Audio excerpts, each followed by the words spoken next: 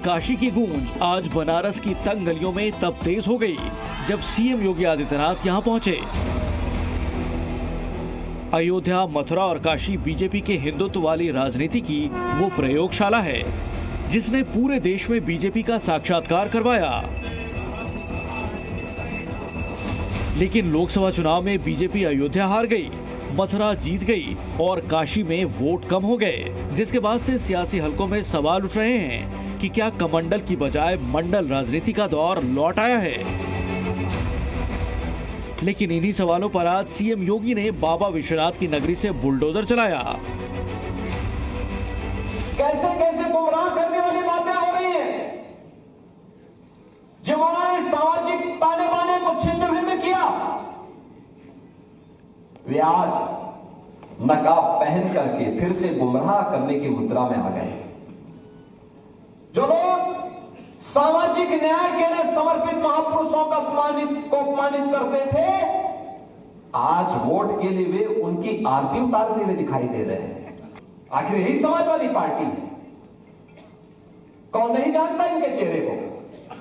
आखिर यही कांग्रेस है जिसने देश के अंदर सर्वाधिक समय तक शासन किया, और इनके कारनामों से कौन नहीं जानता?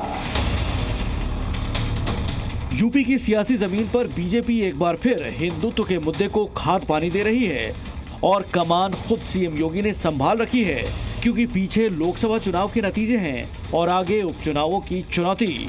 उपचुनाव में जीत का आशीर्वाद लेने सीएम योगी पहले काशी विश्वनाथ पहुंचे, जहां उन्होंने बाबा विश्वनाथ की पूजा अर्चना की। इसके बाद भारतीय जनता युवा मोर्चा के 1200 पदाधिकारियों से संवाद किया और उन्हें जीत का मंत्र दिया। लोकसभा चुनाव के बाद सरकार और संगठन में दूरी के जो आरोप लग रहे थे, उपचुनाव से पहले सीएम योगी उसे पाटने में लगे हैं। बीजेपी उपचुनाव में अच्छा प्रदर्शन करने की तैयारी में है ताकि पुराने जख्मों पर मरहम लगाया जाए और विपक्ष के जातीय नैरेटिव को भी नेस्तनाबूद किया जा सके। काशी पहुंचने से पहले ही योगी अखिलेश के पीडीएफ फॉर्मूले को डिरेल करने के लिए बिसात बिछा चुके हैं। रखना जो बांग्लादेश में हो रहा है, जो चर्चाएं हो रही थी अभी, वहाँ 90% जो हिंदू बचा है वह दलित समुदाय से है। काले कारनामों से इनका पूरा इतिहास भरा पड़ा है। लाल टोपी है लेकिन काले कारनामों के लिए लोग जाने जाते हैं। अयोध्या में दलित नाबालिग से रेप हो या फिर कन्नौज में रेप का आरोपी नवाब, दोनों ही समाजवादी पार्टी से जुड़े हैं और पीड़ित दलित समुदाय से। इन्हीं मुद्दों को उठाकर बीजेपी अखिलेश के पीडीए को कटघरे में खड़ा कर रही है। हमने जाति के नाम पर, क्षेत्र और भाषा के नाम पर किसी को नहीं विभाजित किया। प्रधानमंत्री मोदी जी ने पिछले 10 वर्ष के अंदर देश को जो कुछ भी दिया, उन्होंने तो एक ही मंत्र दिया देश को, और मंत्र था सबका साथ सबका विकास। सबका साथ और सबका विकास का ये मंत्र भारत के वैदिक मंत्र का ही एक वर्तमान रूप है।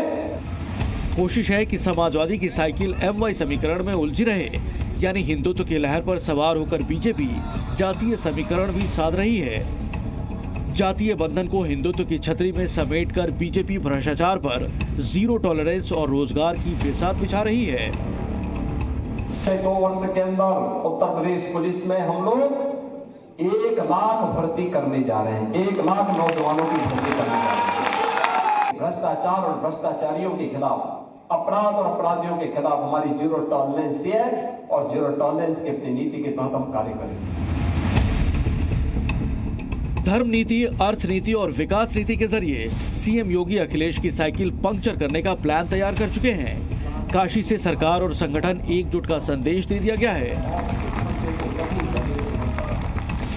कार्यकर्ताओं को जीत का मंत्र सुझा दिया गया है।